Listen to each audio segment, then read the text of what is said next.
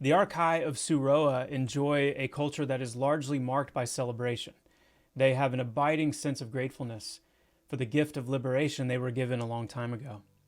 But they're also a people who know pain. This liberation came at a great cost, no longer able to exist as the beings of light and energy that they once were, but now having to take on this outer shell, which, though powerful and teeming with elemental energy, they're still seen as a kind of prison for the Archai. And so we have a culture of celebration mixed with ache and deep longing as they look to become what they once were. Let's take a look at the innate passives for the Archai. First, we have Living Reservoir. This reduces the effects of mana drain by 20%. Next, we have Effervescent.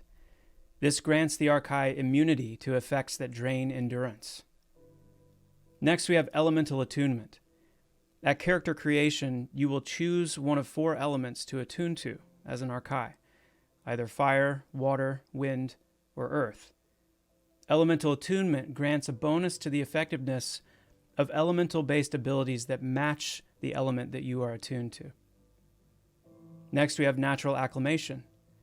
Again, based on the element you've attuned to, this grants an innate bonus to the acclimation score based on that attunement. Fire attunement will receive a bonus to Scorching Acclimation. Water will have a bonus to Frigid Acclimation. Wind will have a bonus to Wind Shear Acclimation, and Earth will have a bonus to Toxic Acclimation. And finally, the Archai will have an advantage against the Playful Disposition.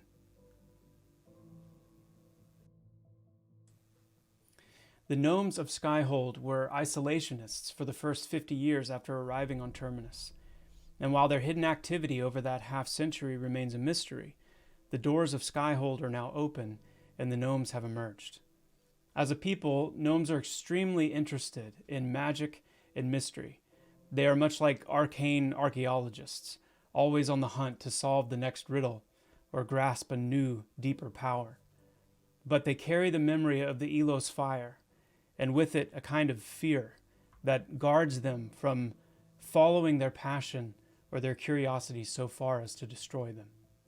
Let's take a look at the innate passives for the Gnomes. First, we have Incantation Mastery. This grants an innate 20% chance to resist silence. Next, we have Enigmatic Brilliance. With this, Gnomes gain extra mana from each point of intelligence. Next, we have Ethereal Being. This increases their dodge chance by 3%. Next, we have Constant Scholar. This increases the rate at which Gnomes improve their skills.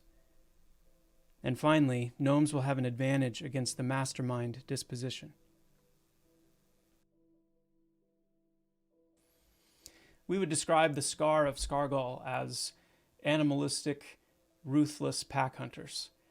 In fact, when we were initially conceiving of the Skar as a playable race, raptors were often invoked as a way of describing their behavior towards their enemies or their prey. But there's also this interesting, almost insect-like aspect to them, just because of their sheer ability to adapt and endure. They're the kind of being that could go a long time without eating or drinking anything and not really feel the effects of it. And so you can imagine Skar lying in wait, sometimes for days at a time, waiting for the right moment to strike. And then, like a raptor or like a swarm, they attack with kind of a fearless abandon and devour their enemy, or at times, each other. Let's take a look at the innate passives that belong to the Skar. First, we have Long Suffering. This increases a Skar's maximum health by 5%. Next, we have Fear of the Nine God. This grants an innate 20% chance to resist fear effects. Next, we have Pack Hunter. This grants up to a maximum of 5% increase to movement speed when in range of other Skar group members. And finally, Skar will have an advantage against the predatory disposition. When describing the Ogres of Broken Maw, what comes to the forefront is their immense physical strength and stamina, and it is all geared towards combat for the Ogre. their mindset is entirely focused on the heat of battle. And when they enter into combat, they enter into this kind of battle trance where it is just me and this thing in front of me. One-on-one conflict, ultimate victory, that is the constant stream in the mind of the ogre. Let's take a look at the innate traits, the innate passives for the ogres. First, we have Broken Maw's Grit. Ogres gain extra attack rating from each point of strength. Next, we have Staggering Strength, which increases the ogre's critical damage by 5%. Next, we have Battle Hardened. This grants an innate 25% chance to resist non-magical stun effects, and this becomes 100% immunity to non-magical stuns during battle trance, which is an ogre active racial ability, which we'll talk about soon. And finally, ogres will have an advantage against the bloodthirsty disposition. I had some really good chats with J.N. Gerhardt, our lead writer, as I was working on these racial passives and putting together these little bites about the races. And some of you will be interested to know that in talking about the Dark Myr, one of the places that he's drawn inspiration is from the Chiss of Star Wars lore. The Dark Myr are a fascinating race. They're characterized by the legends and the myths that pervade their culture. They're constantly aware of their past as well, the tragedy and the subsequent bitterness and resentment that has grown out of that. And so in the present time, Dark Myr they're cunning, they're cold, they're calculated, they're highly logical, and these are all fruits that flow from the kind of cynical bitterness through which they see the world around them. Let's take a look at the racial passives that belong to the Dark Myr. First, we have Vestige of Sirenai. This grants underwater breathing and increased swim speed.